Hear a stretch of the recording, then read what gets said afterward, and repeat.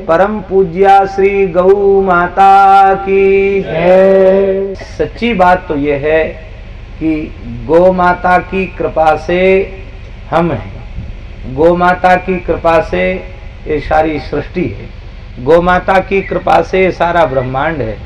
तो अब सब कुछ गौ माता की कृपा से है, तो हमारे पास जो कुछ है वो किसकी कृपा से है? तो गौ माता की वस्तु हमने गौ माता के चरणों में समर्पित की, तो हमने क्या समर्पित किया? इसलिए सभी गोभक्त यह भाव अपने चित्त में बनाकर रखें, हे पूज्या गौ माता, हम क्या देने वाले हैं? आपने हमें सब कुछ दिया। गाय ने राम कृष्ण दिए हैं हमको, गाय ने हमें इष्ट की प्राप्ति कराई है। गौ माता न होती तो भगवान का अवतरण इस पृथ्वी पर न होता। जिसने हमारे साथ किसी भी प्रकार का उपकार किया हो, हित किया हो, उसके प्रति हृदय से कृतज्ञ रहना, यही सनातन धर्म है। भगवान ने हमें शरीर दिया, हमारे शरीर में कर्मेंद्रिय ज्ञानेंद्रियों में उनके अधिष्ठात्र देवता विराजमान हैं, और उन इंद्रियों से ही हम सभी कार्य संपादित करते हैं। तो देवताओं का भी हमारे ऊपर उपकार है, उनके प्रति कृतज्ञ रहना, समय समय पर यज्ञ देव पूजन आदि के द्वारा उन्हें तृप्त करना, संतुष्ट करना, ये सनातन धर्म है। हमें जो उत्तम कुल में जन्म प्राप्त हुआ है, इसमें हमारी पितृ परंपरा का भी योगदान है, पितरों का भी योगदान है।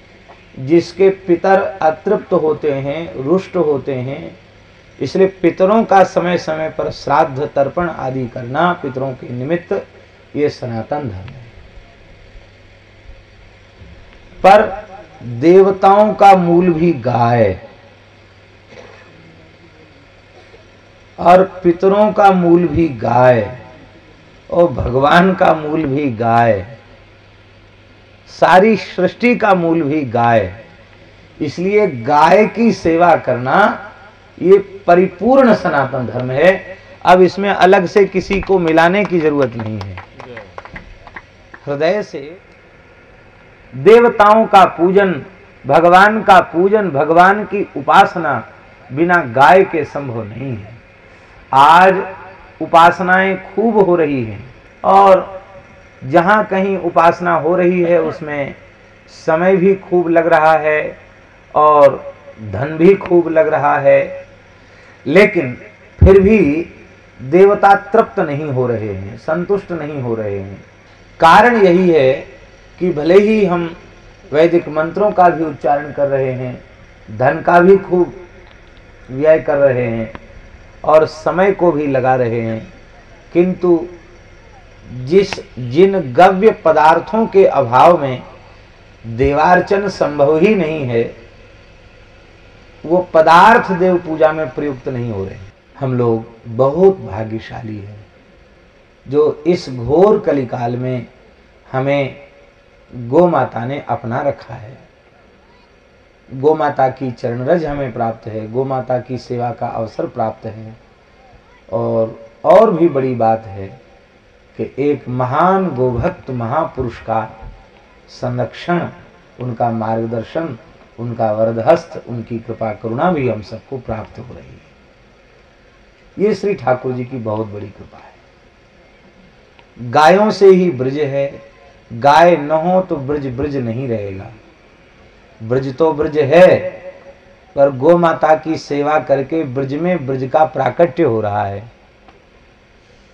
हम श्री गोवर्धन नाथ जी से प्रार्थना करते हैं, श्री गिरिराज जी से प्रार्थना करते हैं, वे ऐसा अनुग्रह करें कि वह मंगलमय अवसर शीघ्र आ जाए, जब हम जड़खोर में जहाँ बैठे हैं ऐसी जगह कहीं बैठें और जिधर दृष्टि फैलावें उधर हमें पर्वत शिखरों पर हजारों हजारों गोवंश चरता हुआ दिखाई पड़े। हमारे ब्रजमंडल में जो भी कोई प्रेमी आवे, वो बिहारी जी के दर्शन की इच्छा तो रखे, गिरिराज जी की परिक्रमा की इच्छा तो रखे, पर उससे पहले उसकी इच्छा हो कि जहाँ वस्तुतः ब्रज प्रकट हो रहा है, ऐसे जड़खोर गोधाम में हम गौ माता का दर्शन करें। और जब प्रेम से दर्शन करेगा तो इन्हीं गायों के झुंड में कहीं न कहीं ग्वारिया वेश में कृष्ण बलराम भी दिखाई पड़ेंगे। बस एक बात से बचते रहना है, स्वयं श्रेय लेने की भावना से प्रत्येक साधक को बचना है। हम सब भगवत कृपा से, गौ माता की कृपा से सेवा तो करें, पर स्वप्न में भी हमारे चित्त में ये भावना नहीं आवे कि हमने किया, हमारे द्वारा हुआ, हमने किया, ये बात नहीं हो। इस समय सारे विश्व के गोभक्तों के लिए भगवान की कृपा से, गौ माता की कृपा से पूज्य महाराज जी एक ऐसा आश्रय प्राप्त हैं कि इनके आश्रय में सही दिशा संपूर्ण राष्ट्र को मिल सकती है गो भक्ति के संबंध में। हम अपने विचार उसमें घुसेड़े नहीं, बस ये महापुरुष जो कहें उसे हम हृदय से मान लें, इसी में हमारा लाभ हो जाएगा।